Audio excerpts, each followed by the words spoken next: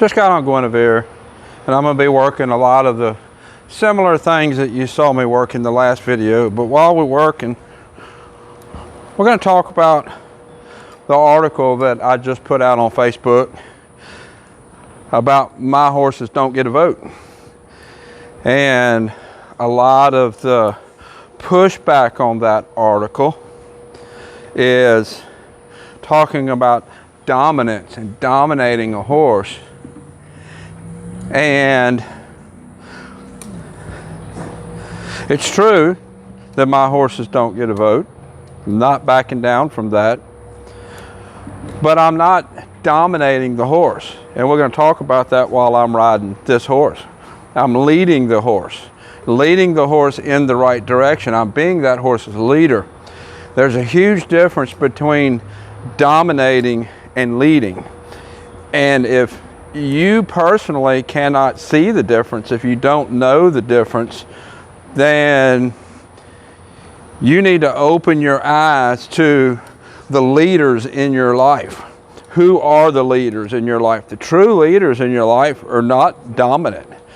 The people in your life who are dominant are not the leaders. They're not the people that you're wanting to follow. The leadership that I give my horses, not giving them a vote, leading them in the right direction. If I was dominating them, they would not be so cooperative. If I was dominating them, I would not be able to go out and do the things that I do with these horses. I would not be able to run a cow down the fence. I would not be able to go do cowboy mounted shooting. I would not be able to go do police work, putting them in situations where their own instincts would tell them that they're not supposed to be in. If you try to dominate a horse, force a horse into that situation, the horse is always going to have in the back of their mind that they need to maintain their own self-preservation. You can't dominate a horse into giving up their self-preservation. You can lead a horse into trusting you, into giving up self-preservation and going and doing things together that their own instinct would tell them, don't do, this is a bad idea. That is a huge difference. As I'm riding Guinevere around, we're working on building her muscle, working on her willingness to do what I ask her to do. She wants to be lazy. She wants to carry her body very poorly, very incorrectly.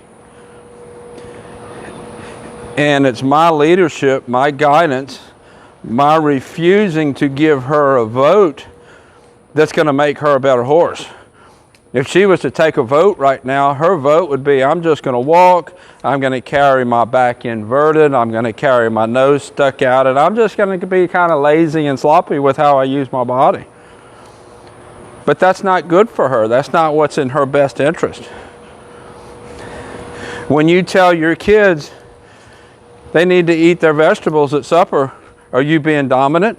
Are you being a leader and setting a good example? That's the difference between being dominant and being a leader. Anybody who wants to take the argument that their horse should be allowed to make their own decisions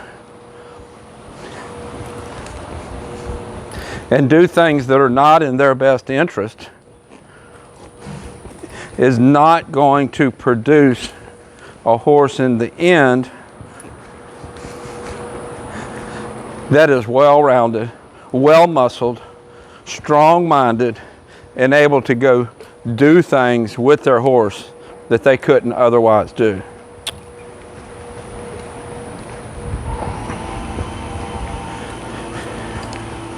She wants to be lazy. She wants to let her shoulders fall out to the side. She wants to not gait properly. But I'm going to lead her forward. I'm not going to let her take the vote that she gets to be lazy.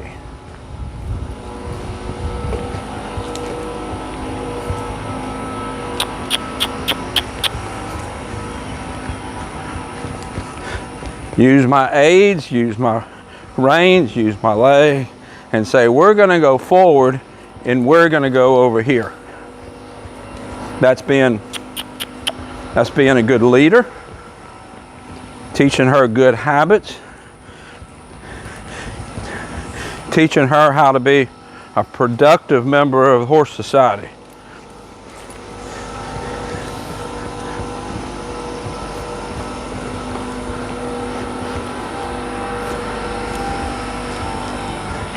I saw one comment on that post that said, well, my horse is going to get a vote, but that doesn't necessarily mean they're going to win the election.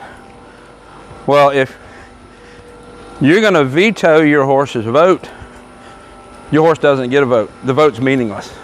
So that comment was basically useless, because you want to say that your horse gets a vote, but I'm going to have the power to veto the vote. Well, in that case, your horse doesn't get a vote. You're wanting to act like your horse does, but it really doesn't.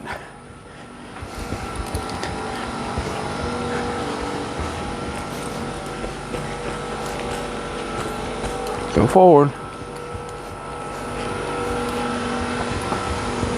As she builds muscle, her gait is getting better, her pace is getting more consistent, she's carrying her face better.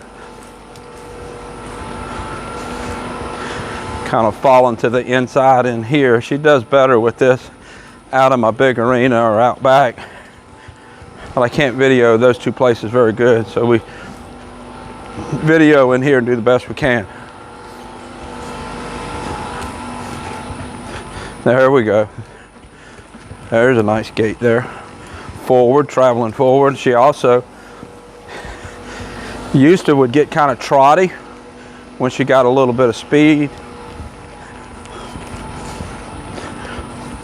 Now, as she gets stronger,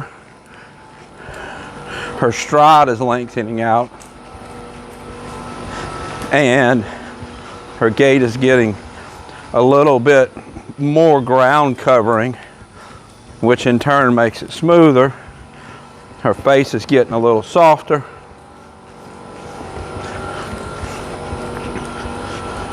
And she's becoming a better horse.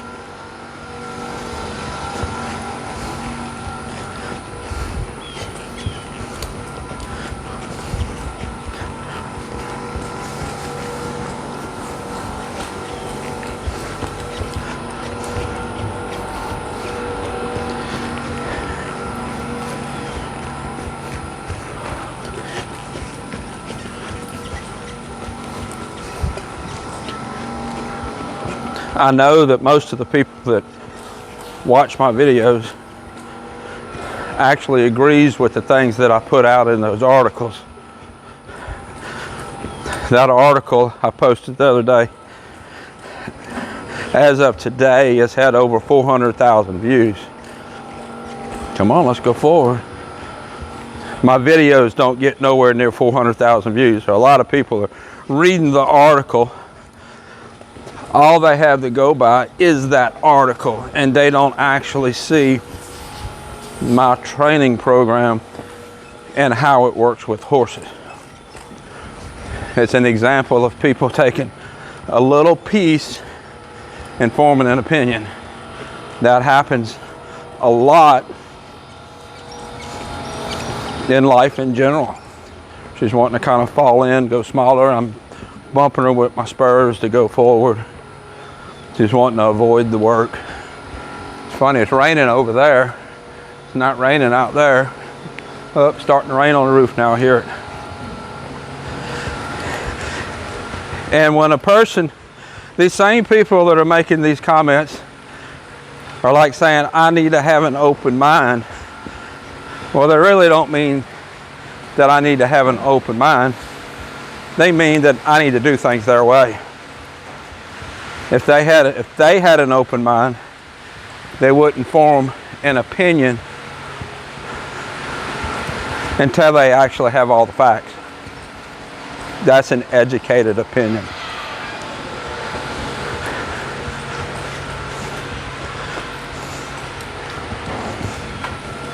There we go. There we go. See how when she brings her nose in, how much nicer? I don't. It feels much nicer. I don't know how you can tell much different, but it feels much nicer. I talked pretty in depth in the last video about what I'm doing with her. It's the physical aspect of asking her to working her to get stronger, build her back, build back muscles. And then the mental aspect of her doing what I ask her to do. It's still raining back over there over my pond. It's not raining on the roof here. Let's go forward. Oh, this would be interesting. Raven just blew up a whole bunch of inflatable, scary things in the barn aisle, and she's looking at them. So when I come back around, she stops to look. I'm going to make her go forward. Remember, I want my horse's ear to come back to me, to look to me, what decision to make when they get scared. See that right ear starting to come back? Making my leg long, my heel down, shoulders back. There we go. Keeping her attention on me.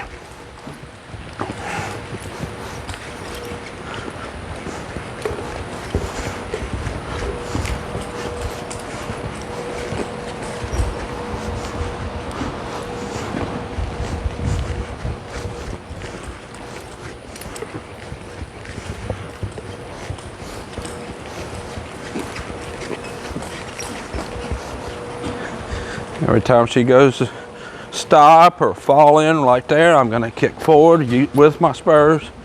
And then when she's going straight, I get soft with my body. Right thing easy, wrong thing hard.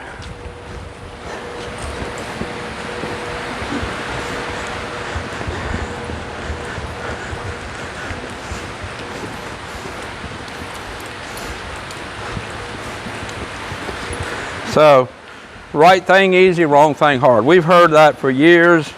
We've worked with that with our horses for years.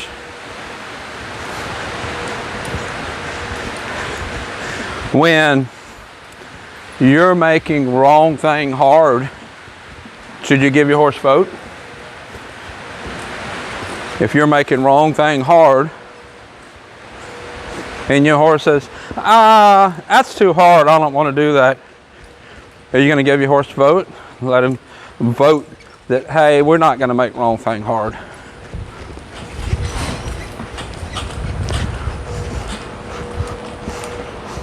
If you're a good horseman, you're not. If you're a good horseman, you're going to make the right thing easy and the wrong thing hard. Horse does the right thing, you get soft, you get easy, just like I'm doing with her. She doesn't want to go forward, I make it hard, I bump with spurs. She gets nice, I ride easy. You're not going to give a horse a vote. Let them vote, that wrong thing's too hard. I don't want to do that thing. Counter bending, falling into the circle there, bump with right spurs, point right to right rein, go forward.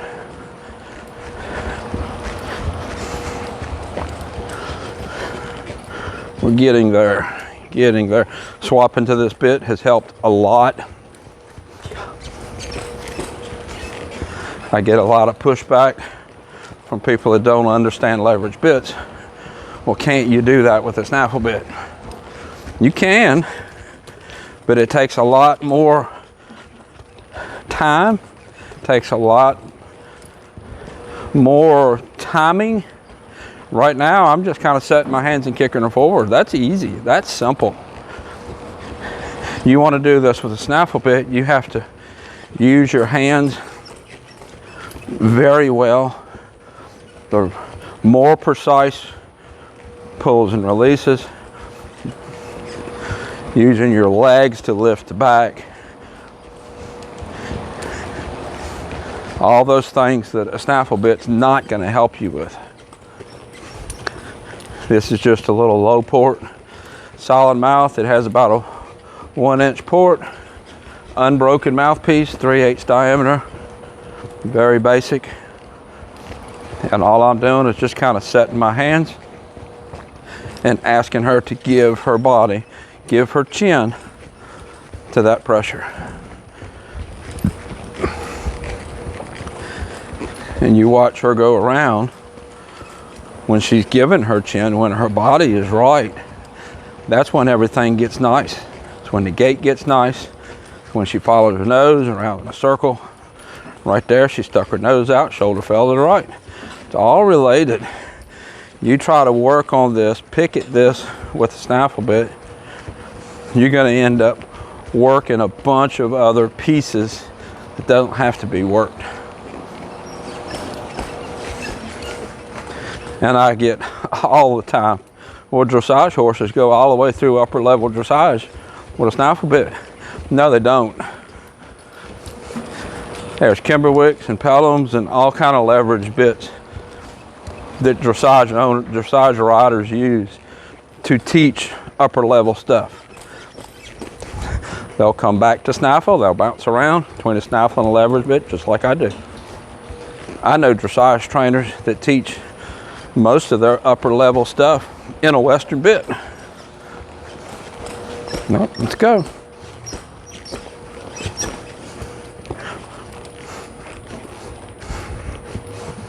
Now I'll let you walk. Good girl.